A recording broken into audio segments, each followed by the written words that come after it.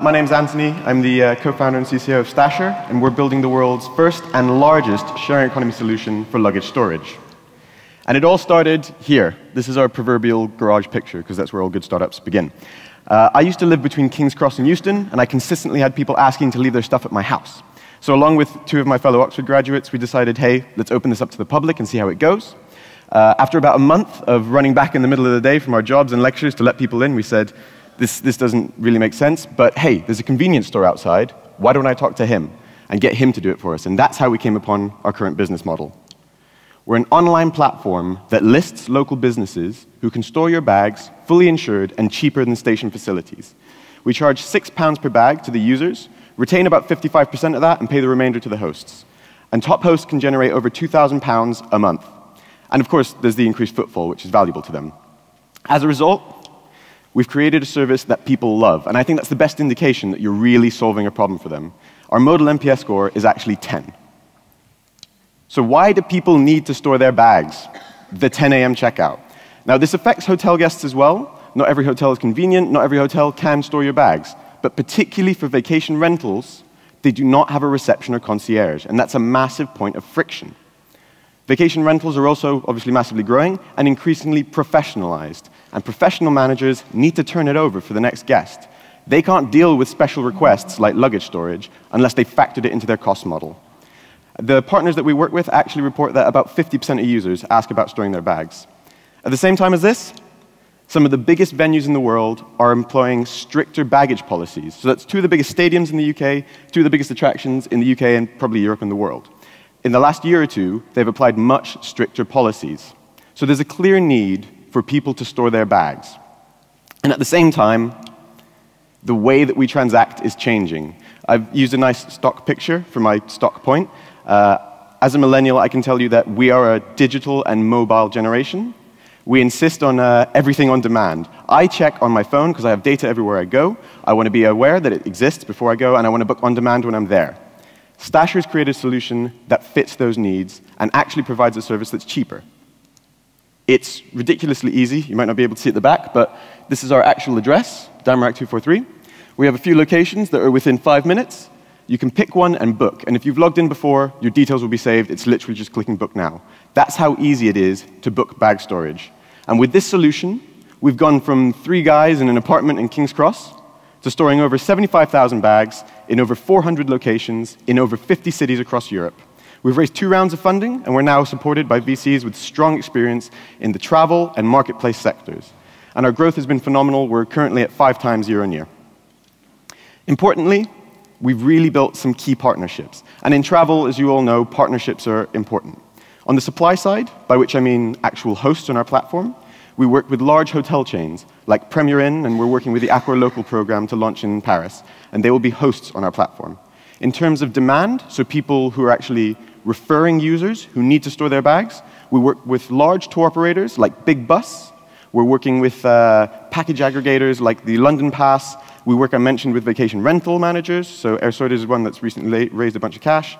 And we work directly with events and venues, so we communicate with the stadiums, we communicate with people who are going to be moving around. We're working with the Rolling Stones in the coming months, for example. Now, these are important not just for growing our business, but for building a moat that protects us from competitors. And the great thing about these partnerships and our business model in general is that they are very scalable. We're a very, very asset-light model. All I need is hosts in a location, and I can put them live. Many of our demand channels are free or very cheap, which means it's not difficult to actually set up a new city. And based on our expansion around Europe, we are now looking to expand into the US, Australia, and Japan within the next 3 months.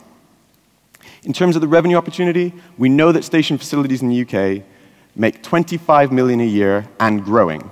And they're missing some really key stuff. They're not at London Bridge, they're not anywhere near the British Museum, which is the biggest attraction in the country, and they don't cover key tourist towns like Brighton, Oxford, and Cambridge. They are missing a trick, and we're going to fill that gap. So scaling this from the UK across the world, we see a massive opportunity just from storing people's bags, and there's more that's to come. While we store people's bags, we're building a network. And I mentioned that we're working with some large hotel chains. The important thing that we give them is not just revenue, we're building a touch point for them. They have the opportunity to reach the customers that they've missed out on. And from that point, hey, why don't you buy a breakfast here? Why don't you buy a coffee here? Why don't you have access to my Wi-Fi and my overall concierge experience? At the same time, when we have facilities in the center of town, in the airport, and actually at the location that you're heading to, we start to have the ability to handle delivery of your luggage. And we know that checked baggage on airlines is a £10 billion industry. It's actually 50% of EasyJet's ancillary revenue. With that opportunity, we have the chance to capture more of the customer experience. Overall, Stasher is working to build a more seamless travel experience. And that all starts by working to store tourists' luggage. Thanks very much. Thank you, Anthony. Grab a seat. Cheers. Dragons. Actually, I think it's a brilliant idea. Thank you. But I've seen a competitor or two. If you can speak a little bit about this. Yes. The other thing that I question is security risks. Yes. Okay. How do you deal with it? And the last thing you touched very briefly, but scalability. Yes. So when you look at scalability, you talk about the little merchant and all kind of places you store them. It's very difficult, time-consuming, and require a lot of resource to get to them. Okay. So let's go. I'll go backwards order. Okay. Okay, forwards order. So competitors, yes, a couple people have popped up, which I think is great because it validates the model. Importantly, we are ahead in terms of actual traction as far as we're able to tell by talking and seeding around. As a B2C business, we have raised the most money by a substantial margin, which obviously is important to success.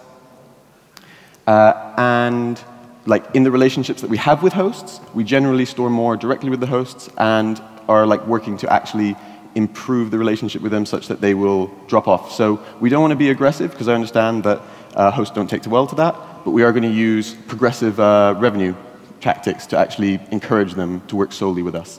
On the scalability, and this again comes to the competitors thing, I mentioned that we're working with some large hotel chains. So that's important because like that saves us from the problem where we have to go and work with all these little guys and manage it, right? Instead, I manage one relationship with a big hotel chain, and that gives me the scalability because I said we're rolling out with a program with a large hotel in Paris. When that's a success, I can roll out in many cities. That actually saves me that problem you were discussing. And then the last one, security, obviously we get this a lot. I think the conception people have around luggage storage, which tends to be quite negative, is based on the fact that this was traditionally done within stations and airports, right? So importantly, we're moving it out of those locations, so it's much, much lower risk. And then the actual process that we use is based on a hotel check-in. So you have to pay online, you show your ID upon arrival, et cetera, et cetera. And if you think about it, you never scan your bags on the way into a hotel, correct? Yes. And in terms of the users, because we're storing so many bags, we can get a group insurance policy, so they're covered. Although to date, we have never actually had an issue or any claims. Anthony, we have a question from Richard. Sure. Thanks, great model. Can you tell us about customer acquisition? So how are you actually bringing passengers who need to store their luggage on board? Yes, okay. So to begin with, we really focused on search. A lot of that is organic. The nice thing is it's a relatively like new area. It's I mean, we're creating a category, right? So we're not fighting with the types of Booking.com for organic space. We also build relationships with visitor info and local bloggers, and then obviously we use paid search. But as we grow our model, I think the important thing is not just the partnerships for the supply side, the partnerships for the demand side. I'm really solving the problem for a lot of people. I mentioned vacation rental managers, and they're becoming huge. But also, I mean, I mentioned those sightseeing buses, right? They're some of the biggest tour operators in the world. You can't bring your bags onto those buses. I mentioned that you get these aggregators who will sell you tickets to like 50 different events, right? We're talking to them about bundling it into a premium model. So the answer is like originally search, and search will be important to us, but I see demand-side partnerships as crucial to our scaling. Great. Thank you very much, Anthony. Cheers. Well done. Thank you. Cheers, guys.